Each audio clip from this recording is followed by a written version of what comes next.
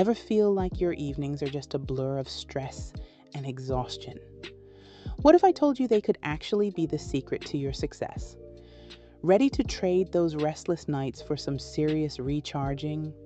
Hey everyone, welcome back to Beyond the Clock, a channel dedicated to helping late bloomers and those feeling behind redefine success and take intentional steps toward the life they want. We're on day 9 of our January of Becoming a Better You challenge. Sometimes we push ourselves pretty hard, so it's crucial to understand that it's very important to actually take time to rest and recharge. And we're talking about self-care evening. We often think of self-care as something indulgent, but it's actually a strategic practice for clarity and renewal. So rest is actually the key to unlocking a clearer vision for our lives. When we allow ourselves time to disconnect from the daily grind and quiet the noise, we can see things from a fresh perspective, just like the eagle scanning the horizon from its vantage point. I've already noticed that even just taking a few minutes each day to meditate like we did back on day 5 helps me feel less reactive and more focused.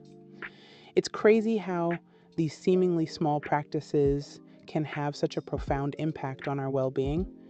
So we're talking about finding that balance between always going and allowing ourselves to simply be. What are some specific things we can do to create a self-care evening ritual? Well, I know we can tap into some of those childhood joys we explored on day 8. Things like losing yourself in a good fantasy novel or getting lost in a coloring book. That's a fantastic place to start. For me, anyway, as this is what I plan to do, it's funny how those simple pleasures we enjoyed as kids can still be so restorative as adult, isn't it? It's about tapping into that sense of playfulness and wonder, allowing ourselves to escape from the pressures of daily life. So we're talking about creating a sanctuary for ourselves tonight, a space where we can unwind, recharge, and reconnect with what brings us joy. And since we're focusing on evening rituals, activities that help us wind down before bed are key. What else can we do to create that sense of calm and prepare for a restful night's sleep? Now, a digital detox, which we will be exploring more on day 12 this week, is absolutely crucial for a restful evening. Putting away those screens at least an hour before bed allows your mind to unwind, and it signals to your body that it's time to rest. I have to admit, that's a tough one for me, but I do notice a huge difference in my sleep quality when I manage to disconnect from technology. The benefits are undeniable, but it's a challenge for many of us in this digital age, especially for my mother. Y'all, my mother is in her 70s, and even she is addicted to her phone. She calls it her liver. And it doesn't have to be a complete blackout. Maybe you swap the screen time for something more soothing, like listening to calming music or reading a physical book. Maybe even listen to nature sounds or guided meditations before bed. It's like creating a little mental escape and creating a shift in our mental and emotional state to promote relaxation and restfulness, engaging our senses with things that calm us, and maybe even revisiting some of those childhood joys that bring us peace. We can also cultivate a sense of clarity and focus through mindful practices like meditation or journaling. I've been experimenting with gratitude journaling before bed, and it's amazing how much it helps me clear my mind and process the day's events. And that's precisely what allows us to enter a state of restful sleep, free from the mental clutter that can keep us tossing and turning. We need a clear mind to embrace the possibilities of a new day. And speaking of letting go, gentle stretching or light yoga before bed can be incredibly grounding, like physically releasing the day's tension. It's amazing how much tension we hold in our bodies without even realizing it. My friend actually started doing some basic yoga poses before bed a few weeks ago, and they've noticed a huge difference in how relaxed they feel. I plan on doing just basic stretching after I read or color, I'm basically physically signaling to my body that it's time to unwind. And, even simple things like consciously relaxing your muscles, starting with your toes and working your way up, can be incredibly effective. It's like we're giving ourselves permission to let go of any lingering stress and fully embrace the rest that's to come. Okay, so we've got a pretty solid evening ritual shaping up here. We're talking digital detox, engaging our senses with calming activities, gentle stretching, or yoga. It's a powerful combination for sure. And what's fascinating is that these practices aren't just about relaxation, but presence and awareness.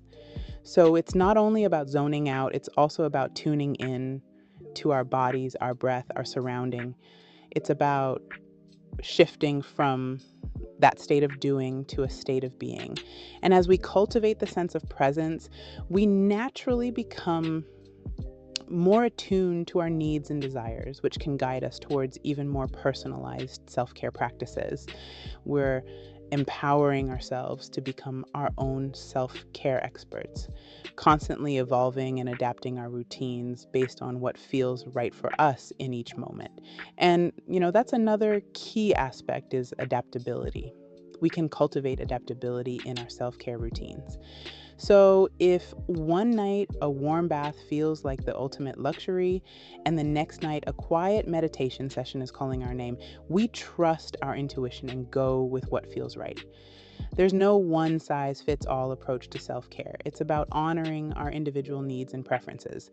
And I think it's important to remember that self care isn't a luxury, it's a necessity, it's essential.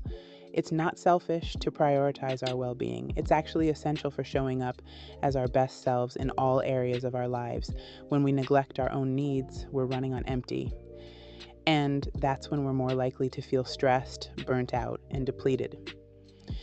Self care is about giving ourselves the nourishment and support we need to truly take flight. And what's interesting is that even small acts of self care can have a ripple effect, not only our own well being, but also the well being of those around us. So, by taking care of ourselves, we're actually better equipped to take care of others. When we're feeling grounded and centered, we're more patient, more compassionate, and more present in our interactions with others. It's like that saying, you can't pour from an empty cup. We need to replenish ourselves in order to give our best to the world. And this self-care evening ritual is like filling our cups to the brim so we can overflow with energy and inspiration tomorrow. But I think some people might be hesitant to dedicate an entire evening to self-care. Some might feel guilty or selfish, like they should be doing something more productive. We live in a culture that often glorifies busyness and productivity. But here's the thing. Self-care is productive. When we take care of ourselves, we're actually increasing our capacity for everything else in our lives. It's like we're sharpening the saw so we can cut through those tasks and challenges more efficiently and effectively. And remember, self-care isn't about being perfect or following a set of rules. It's about listening to your own needs and making choices that feel good for you. So if an evening of quiet reflection sounds blissful, go for it.